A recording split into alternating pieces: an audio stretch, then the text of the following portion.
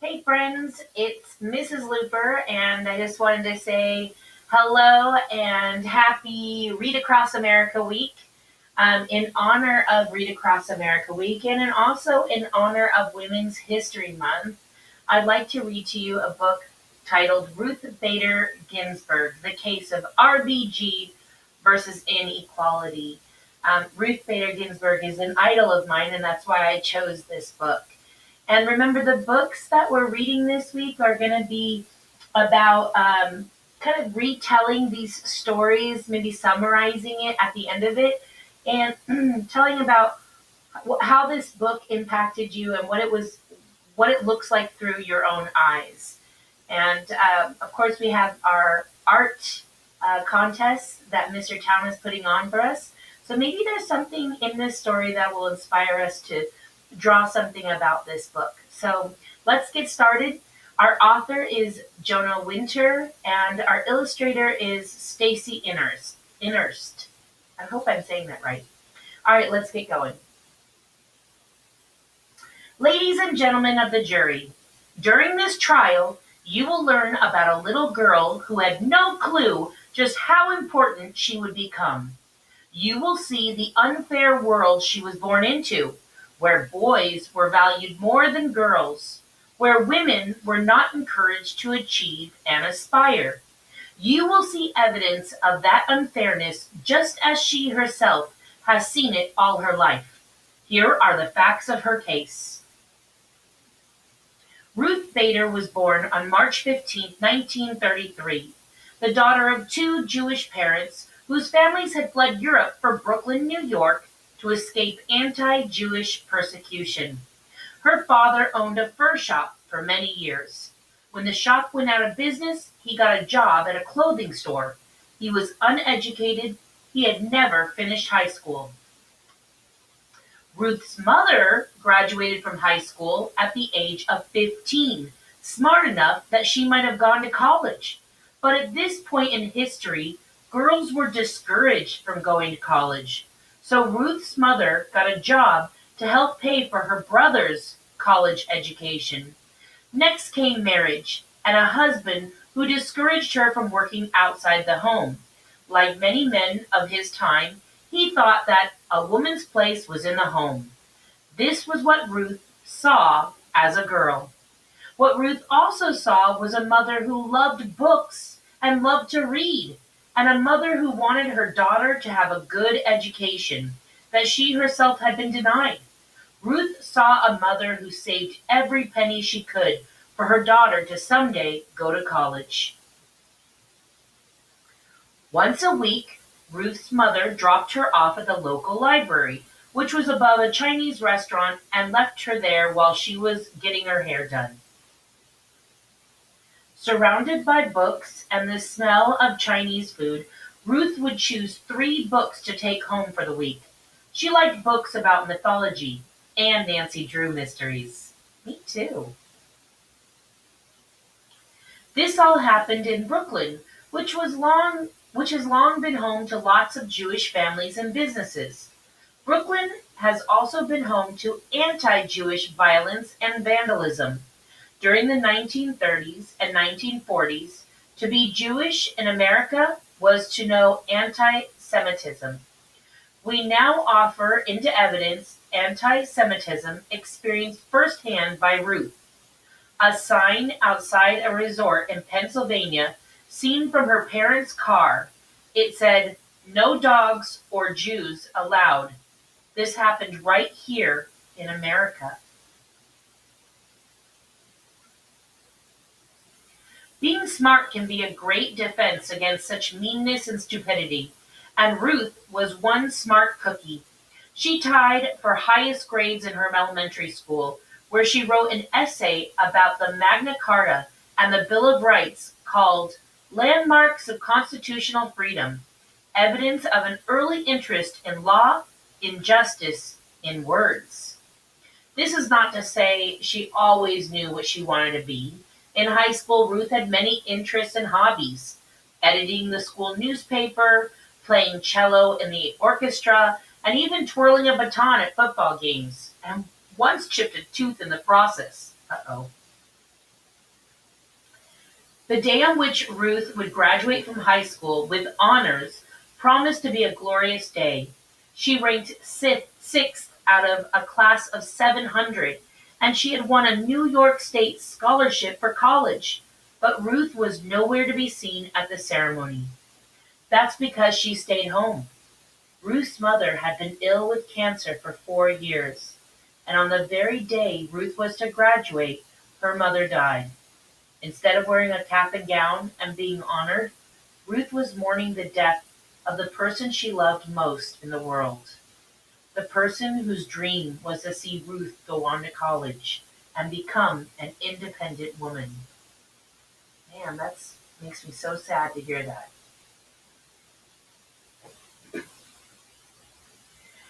There was only one thing for Ruth to do. Suitcase in hand, she arrived at Cornell University, the same university her mother's brother had gone to, the same university her mother might have gone to had she been encouraged. It was 1950, and very few girls went to college. At Cornell, male students outnumbered female students 4-1. For a girl to get into Cornell, she had to be very smart. But she had to pretend not to be smart if she wanted a boy to ask her out on a date. She could not be seen studying. Well, that doesn't seem fair. This was a problem for Ruth, who was a very serious student. Her solution was to do her studying in the bathroom, where no boys could see her. That's just how things were. And then along came Martin Ginsburg. Martin was different from any boy she'd ever met. He liked that she had a brain, and Ruth was different from any girl he'd met. She had dreams of having a career, of being independent. She spoke only when she had something interesting to say, and she was always listening, always thinking, always learning. In her constitutional law class, Ruth learned about freedom of speech and freedom of the press. Freedoms all Americans are guaranteed in the Constitution. She learned about a senator named Joseph McCarthy who was trying to take away these important rights, and brave lawyers who were fighting him in court. Learning about these lawyers made Ruth want to become one. She believed she could be a good lawyer and support herself. But the decision to become a lawyer was not an easy one for a woman to make in 1954. There were very few female lawyers in America. Ruth's own father discouraged her from going to law school because he believed she wouldn't get a job. Besides, her place was in the home. Ruth refused to listen to her father. She saw no reason why she should not become a lawyer. She was just as smart and capable as any man. Her verdict was final. She would go to law school, but first she would get married to her first and only love, Martin Ginsburg. And now, girls and boys of the jury, we offer into evidence some of the more outrageous nonsense Ruth endured before, during, and after law school. Exhibit A. It was her first job out of college, right before law school. Her boss demoted her and slashed her wages because he saw she was pregnant. This was a common practice. What could Ruth do? Exhibit B. Arrival at Harvard Law School, where there were only 9 women in a class of 500. Harvard did not even provide a place for the women to live. Not very welcoming. Exhibit C. In the law library, she was barred from entering the periodical room because she was a woman. The guard would not let her in, nor help her in any way. She needed a book from this room. How was she supposed to complete her assignment? Exhibit E. One night, I should probably read Exhibit D first. Exhibit D. Most classes had just one woman per class. For comic relief, the professor in the lecture hall would often call on the lone woman, such as Ruth, as if it were a joke. But the women almost always answered correctly. She had to. She was representing all women. Exhibit E. One night, the law school dean invited all 9 female students, including Ruth, to a dinner at his house. He sat each woman next to a male law professor.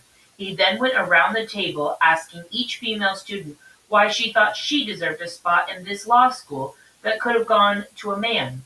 Ruth's answer: to better understand the work of my husband. And yet, without Ruth's help, her husband, who was also a student at Harvard Law School, would not have graduated. He became gravely ill and was unable to attend classes. Ruth went to his classes for him and took notes so that he could pass his courses. She also took care of him, took care of their newborn baby, Jane, went to her own classes, and was an editor of the Harvard Law Review. Holy cow, that's a lot. Martin recovered, graduated, and got a job at a law firm in New York City. So Ruth transferred from Harvard Law School to New York's Columbia Law School and tied for first in class when she graduated. Surely Ruth would get a job, right? But at Columbia's Job Placement Center, most job postings said men only. Exhibit F. Even among the law firms supposedly open to hiring women, not one firm would hire her. She was a woman, she was Jewish, and she was a mother. Ruth shrugged and moved on, first to a job as a law clerk, then as a law professor, only to encounter unfairness again and again. Exhibit G. At Rutgers University, she found out that female professors were being paid less than male professors. She and another woman sued the school and won. Exhibit G, you can see that picture of his and hers. And then Exhibit H, it says, Ruth would speak up at faculty meetings, and the male professors would totally ignore her. A male professor would then say the very same thing that Ruth had said and get acknowledged for being smart. This kept happening even after Ruth became Columbia's first tenured female law professor. By the 1970s, a lot of women had had enough of this sort of treatment. They took part in protests and demonstrations with signs saying, "Enough is enough, equal pay for equal jobs, women's liberation, and equality." It wasn't Ruth's style to take part in protests, but she did do something. An organization called the American Civil Liberties Union, the ACLU, asked Ruth to be in charge of court cases involving women's inequality. The reason they asked her? Because she was a woman, and they thought this was women's work. There was no end to this disrespect. Nonetheless, Ruth accepted the position, and in 1972, she became the leader of the ACLU Women's Rights Project, a battle in the courts against unfairness to women. She was the lead lawyer for 6 Supreme Court cases, and she won 5 of them. Though Ruth herself was not a revolutionary, what she did for women was revolutionary. She won the right for women to get equal protection of the laws, to be treated as equal to men. Ruth had become a lawyer not to change the world. She'd become a lawyer because she knew she had the verbal and analytical skills to handle the job as well as any man. But here she was, the most important female lawyer in America, fighting and winning legal battles for all American women. Here she was changing the world. That's why in 1980 she was chosen by President Jimmy Carter to be a judge for the most important court of law in America besides the Supreme Court, the U.S. Court of Appeals. She was only the second woman in history to serve on this court. Now it was her job to make judgments, to judge what was and wasn't legal. A good judge listens closely, chooses words carefully, and values fairness above all else. This job suited Ruth perfectly. After 13 years of being a judge at the age of 60, Ruth got a phone call one night. It was from President Bill Clinton. He wanted to appoint her to the Supreme Court, to be just the second female Supreme Court justice in history. As a girl, Ruth never dreamt she would be a lawyer or a judge, much less a Supreme Court justice. In her acceptance speech, she spoke of her mother. "I pray that I may be all that she would have been had she lived in an age when women could aspire and achieve, and daughters are cherished as much as sons. When Ruth arrived in the court, the first female Supreme Court Justice, Sandra Day O'Connor, was still serving. When Sandra retired, Ruth was the only woman on the Supreme Court for a few years. Tiny and outnumbered, and yet what she brought to the court was enormous: dignity, civility, intelligence, and a soft-spoken manner. She also brought home, excuse me, she also brought some of the most powerful, strongly worded dissents in Supreme Court history. A dissent is when a Supreme Court justice disagrees with the opinion of the majority of the 9 judges.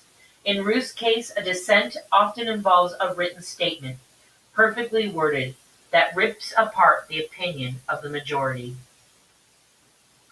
Physical toughness is another of Ruth's trademarks. In 2009, she found out she had cancer and needed surgery. Only 19 days after her operation, she returned to the court. She did so because she wanted people, especially young women, to see at least one woman on the Supreme Court. At any number of points in her life, Ruth could have given up. She could have listened to her father. She could have dropped out of law school. She could have abandoned her job for her search for a job. She could have accepted being paid less than her male associates. Instead, she stayed on the difficult path she chose for herself, removing one obstacle after the next, until she arrived at the very court that is the symbol of justice in America. There can be just one verdict: because she did not give up, because she refused to let other people define her limitations as a person. Ruth Bader Ginsburg has herself become a symbol of justice in America. That is the end of our story. And there was a lot of words in the story that may have been confusing for some of you, and others that could have used their context clues to figure it out, and also the pictures from the text. But if you need to relook at this book, it's an epic, and so you can read through it again. And there's a glossary at the end that tells you what some of these words are. Here's that word dissent again, okay? There's also an author's note telling you a little bit more about Ruth Bader Ginsburg. And finally, just some other books that you can look into. I wanted to say lastly, this was an AR book. So if you're interested in taking an AR test for some points, here is that number for that test. It's 190321. And again, the name of this book was Ruth Bader Ginsburg, The Case of RBG versus Inequality. I'd just like to say again that, she is an idol of mine.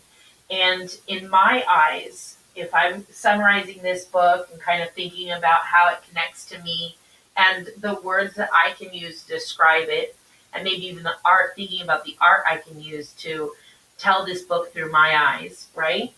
Is that it's about the life of this woman, Ruth Bader Ginsburg, who fights for what is fair, and especially has made huge contributions to women's equality. So I think that I'm going to have to really think hard about what that looks like on an art project for me. In any case, thank you for listening. Have a wonderful day, guys, and enjoy Read Across America. Bye.